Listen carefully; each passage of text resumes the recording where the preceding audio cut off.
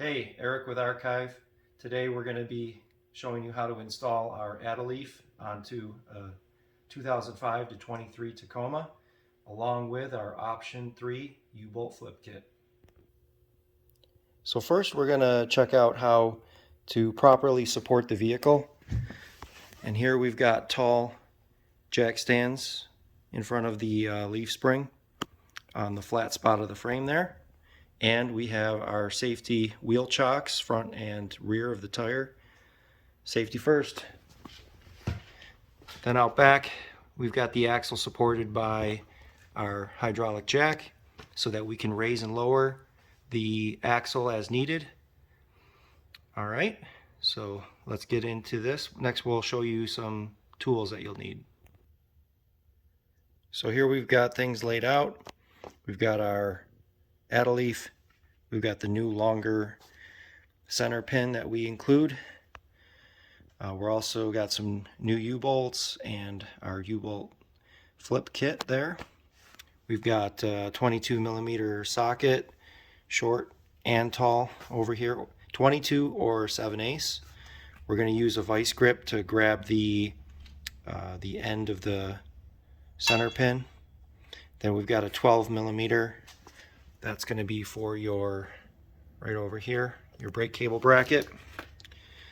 And then we've got some clamps to help keep the leaf springs, the upper 3 leaf springs clamped together so that you don't have to fight with them after they misalign or something like that. So that's why we use clamps. Show you here. All right. So here we have the clamps. Not too close to, because the leaf is going to come up right up to here. So you want to keep the clamp around the area of this, the spring clip, front and rear. All right. So next we're looking here at the stock bump stop and the stock U-bolt arrangement. So it'll have a square U-bolt like this with the threads pointing down, and then has this clamshell that goes underneath the axle. So that is the stock arrangement, but we're going to be removing that in favor of our U-bolt flip option 3. Okay, now what we've done is we've lowered the axle down so that we can get some space down here, because we're going to have to take the center pin out and put the new one in. A couple of precautions.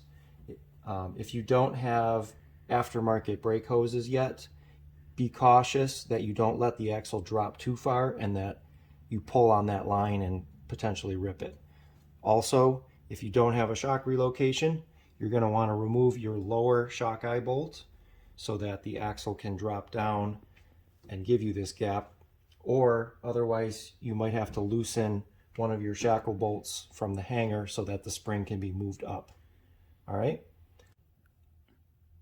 We've gone ahead here and put a vice grip on the head of the center pin because it doesn't have any other way to grab it.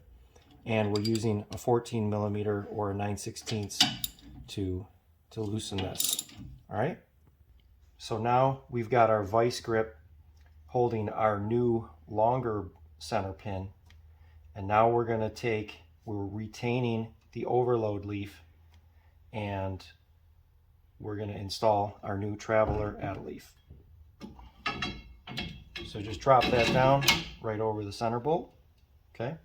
And now we're going to grab our new nut and we're going to lift this up to center it through the hole and put our nut on. So here we had to use a C-clamp to draw this together. Now leave it a little bit loose while you get alignment of the new leaf and the overload.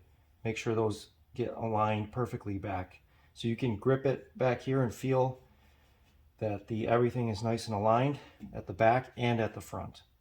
And then you can go ahead and tighten this up and then tighten your center bolt down. So now we've got the center pin nice and tight. We were able to remove the clamp. Now we can take the clamps off on each end of the spring back here. So now we've raised the axle up, we centered it up, and we got the leaf spring to engage the axle perch. And next thing we're going to do is, well, one thing I wanted to say, it's best to leave your U-bolts tight on the other side of the vehicle, and that way your axle pinion won't rotate down, or otherwise you'll need to support the pinion with a third jack stand. Yeah, so next we're gonna, and one last thing, you want to be careful that your center pin here is not too tall. Now ours is only 1/2 inch, and that works with all of our U-bolt flip kits. So if you happen to use another center pin that's taller, you'll need to trim it down to 1/2 inch. All right, and then we can just drop our U-bolt flip plate on there, and then we'll get to putting the U-bolts in. So we've got everything pretty well buttoned up here. We put our 12mm bolt back in, our brake cable. We've got the U-bolts tightened down to approximately 60 pound-feet, which is not finished yet, that's temporary. We've got everything tied together, and so now we're going to raise the vehicle, remove the forward jack stands, and we're going to put the axle on these jack stands so that we have the full weight on the springs, and then we're going to get our torque to 90 foot-pounds. Okay, so now we have the full weight of the rear axle on these jack stands supporting under the axle. We're ready to do our final torque before we can drive the thing. So now we can go ahead and tighten in a cross pattern to the best that you can do, and eventually everything gets seated down nice and flat. So we're going to go to 90 foot-pounds.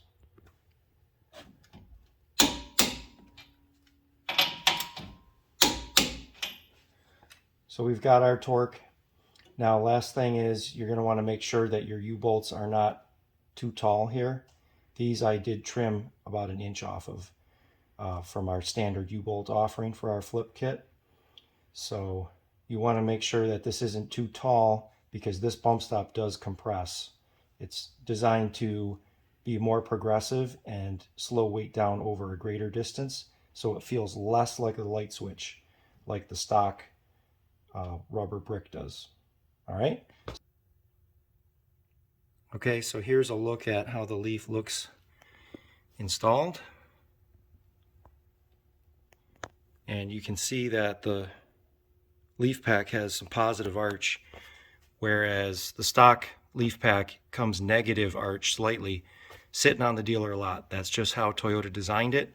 So here we are getting you some load capacity and some positive arch for some lift. Thank you for staying tuned and watching us through this process. Check these out on our website, and thank you so much for your support.